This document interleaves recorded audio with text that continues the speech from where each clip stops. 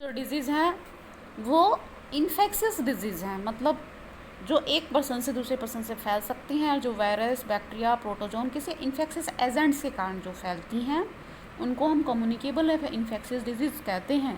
जैसे for example हमारी जो कोरोना डिजीज़ अभी फैली हुई है, ये हाईली इन्फेक्शियस डिजीज़ है जो बहुत जल्दी, बहुत तेज़ स्पीड से फैल रही है और एक पर्सन से दूसरे पर्सन से कॉन्टैक्ट में आने पर। तो याद रख लेना, कम्युनिकेबल डिजीज़ ये होती हैं। नॉन कम्युनिकेबल डिजीज़ ऐसी होती हैं जो एक पर्सन से दूसरे पर्सन से कॉन्टैक्ट में आने से नहीं होती हैं, जैसे कि डायबिटीज़ है, कैंसर है। यदि हम डायबिटीज़ वाले पेशेंट के पास बैठ जाते हैं, किसी पे कैंसर के पेशेंट के पास बैठ जाते हैं, तो ऐसी डिजीज़ हमारे अंदर ट्रांसफ़र नहीं होती हैं। ठीक है। अब देखो, non communicable disease, non infectious disease भी बोलते हैं इनको। इसके अंडर कौन कौन सी डिजीज़ आती हैं, जैसे कि फॉर एग्जांपल डीजनरेटिव डिजीज़। कौन सी? Degenerative disease. डीजनरेटिव डिजीज़ वो डिजीज़ होती हैं जो बूढ़े, जैसे हम बूढ़े हो जाते हैं, ओल्ड एज हो जाती हैं, तो हमारे बॉडी के फंक्शन जो होते हैं, पार्ट जो होते हैं कुछ, उनमें काम करना धीरे धीरे कम कर देते हैं। ठीक है। टिश्यू जो होते हैं हमारी बॉडी के, जो सेल्स जो होती हैं, बहुत सारी सेल्स डेड होना स्टार्ट कर देती हैं और धीरे धीरे वो काम करना क्या कर देती हैं, कम कर देती हैं। तो हमारी बॉडी के किसी कमी के कारण जो डिजीज़ होती हैं, ठीक है, प्रॉपर काम नहीं कर पा रहे हैं, तो ऐसे डिजीज़ को हम क्या बोलते हैं, कोई पार्ट हमारी बॉडी के अंदर डिफेक्ट है, जैसे कि ये कह सकते हैं कि हमारी बॉडी के अंदर हमारा हार्ट है, हार्ट का कोई वाल काम नहीं कर रहा है, या लीवर का कोई इंटरनल पार्ट्स काम नहीं कर रहा है, या स्टमक का कोई पार्ट्स काम नहीं कर रहा है, तो उस वजह से हमारी बॉडी में उससे रिलेटेड कोई डिजीज़ हो जाती है। ऐसे डिजीज़ को हम क्या बोलते हैं, डीजनरेटिव डिजीज़। ठीक है। नेक्स्ट हमारे पास आता है डेफिशिएंसी डिजीज़। ये जो डेफिशिएंसी डिजीज़ है उनको भी हम किसके अंडर रखते हैं भाई, नॉन कम्युनिकेबल डिजीज़ के अंडर ही रखते हैं। डेफिशिएंसी डिजीज़ वो होती हैं जो हमारी बॉडी के अंदर किसी न्यूट्रिएंट्स की कमी के कारण होती हैं। जो हम खाना खाते हैं या वो फूड ले रहे हैं, उसमें किसी विटामिन्स या प्रोटीन्स या कोई हार्मोन्स की किसी की भी कमी है, ठीक है, उस वजह से हमारी बॉडी में अल्टीमेटली उस पर्टिकुलर मिनरल्स की, ठीक है, या फिर प्रोटीन्स विटामिन की कमी आ जाती है। उससे हमें क्या हो जाती है, बीमारी हो जाती है। जैसे कि नाइट ब्लाइंडनेस है। कौन सी बीमारी है?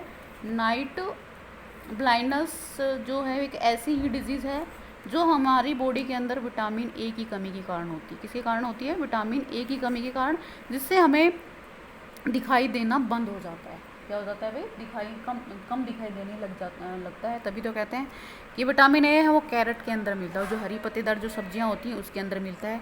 तभी तो कहते हैं कि आँखों के लिए हमें क्या खाना चाहिए भी? कैरेट, गाजर खानी चाहिए और हरी पत्तेदार सब्जियाँ खानी चाहिए। ठीक है। नेक्स्ट जो डिजीज़ है, एक है एलर्जी। एलर्जी भी नॉन कम्युनिकेबल डिजीज़ के अंदर ही आती है। ये जो डिजीज़ होती है वो हमारी बॉडी की हाइपर सेंसिटिविटी के कारण होती है। किसी भी सब्सटेंस के अगेंस्ट में हमारी बॉडी हाइपर सेंसिटिव है, बहुत जल्दी रिएक्शन दिखा देती है, बहुत जल्दी रिएक्ट कर देती है। Hypersensitivity of our body against any foreign particles. Foreign मतलब कोई भी हमारी बॉडी के बाहर वाला पार्टिकल्स, ठीक है, उसके अगेंस्ट में हमारी बॉडी बहुत जल्दी रिएक्शन या रेस्पॉन्स देती है। तो उस कंडीशन से जो डिजीज़ होती है उसको हम क्या बोलते हैं? एलर्जी। सेंसिटिव का मतलब समझते हो ना? कई लोगों को बहुत ज़्यादा सेंसिटिव होते हैं, थोड़ा बहुत भी कह देते हैं उनको तो बुरा लग जाता है, फील कर जाते हैं, रोना धोना स्टार्ट कर देते हैं। तो इस टाइप से समझ सकते हो। और कई बहुत सारे ऐसे होते हैं, बहुत ज़्यादा ढीठ होते हैं, कुछ भी कह लो, उनका कोई फ़र्क नहीं पड़ता है। ठीक है। तो ऐसे लोग बहुत जल्दी फील करते हैं किसी चीज़ को, उसको सेंसिटिविटी बोलते हैं। ठीक है। ऐसे ही हमारी बॉडी, कई लोगों की बॉडी बहुत ज़्यादा सेंसिटिव होती है। कोई भी बाहर का पार्टिकल आता है उसको बहुत जल्दी रेस्पॉन्स दे देती है, इग्नोर नहीं करती, कहने का मतलब ये होता है। ठीक है। तो ऐसे डिजीज़ को हम क्या बोलते हैं भाई? एलर्जीज होती हैं। देखा होगा ना, बहुत सारे लोगों को बाहर जाते हैं किसी पोल्यूटेड एरिया में जहाँ पे पोल्यूशन है, डस्ट पार्टिकल ज़्यादा आ रहे हैं, तो वो बहुत ज़्यादा उनको छींक आने लग जाती है, नाक बहने लग जाती है, आँखें रेड हो जाती हैं। तो क्या है, उनकी बॉडी के कुछ पार्ट्स हाइपर सेंसिटिव होती हैं किसी भी एक सब्सटेंस के अगेंस्ट में। तो ऐसे डिजीज़ को हम क्या बोलते हैं? एलर्जीज। एंड एक होती है कैंसर। कैंसर की बीमारी मोस्ट कॉमन बीमारी चल रही है आजकल, हमारे हर तीसरे बंदे को ये बीमारी मिल सकती है। ठीक है। ये क्या होती है? कैंसर की जो बीमारी होती है, अनकंट्रोल्ड सेल डिवीज़न। क्या होती है? Uncontrolled cell division. जब हमारी बॉडी की सेल्स एक अनकंट्रोल्ड मैनर में डिवाइड होना स्टार्ट कर देती हैं, डिवाइड होती रहती हैं, रुकती ही नहीं है, तो उससे हमारी बॉडी के अंदर एक सेल मास, एक गांठ सी बन जाती है, एक ट्यूमर बन जाती है, जो कि नॉर्मल सेल्स के ऊपर क्या डालती है, दबाव डालती है, ठीक है।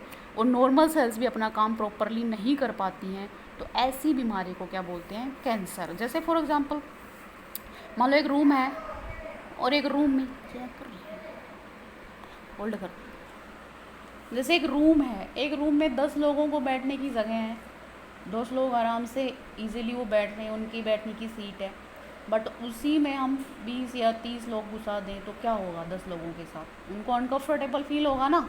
उनको जो फूड मिलना चाहिए, जो स्पेस मिलनी चाहिए, मान लो 10 लोगों के लिए रोटियां अवेलेबल अच्छे से हैं, बट 30 लोग आ गए वहाँ पे, रोटियां हमारी 10 ही हैं, तो क्या होगा, प्रॉब्लम क्रिएट होगी ना। ऐसे हमारी सेल्स के अंदर होती है, ये सेल्स का एक पर्टिकुलर टाइम होता है, भाई 20 सेल्स मरी हैं तो 20 सेल्स ही बननी चाहिए, नहीं, ठीक है। बट होता क्या है, जब 20 सेल्स मरती हैं तो ये एक्स्ट्रा में बना लेती हैं, 30 बना लेती हैं, 40 बना लेती हैं, 50 बना लेती हैं, तो कि हमारी बॉडी फिर ओवर क्राउडेड हो जाती है इन सेल्स की वजह से।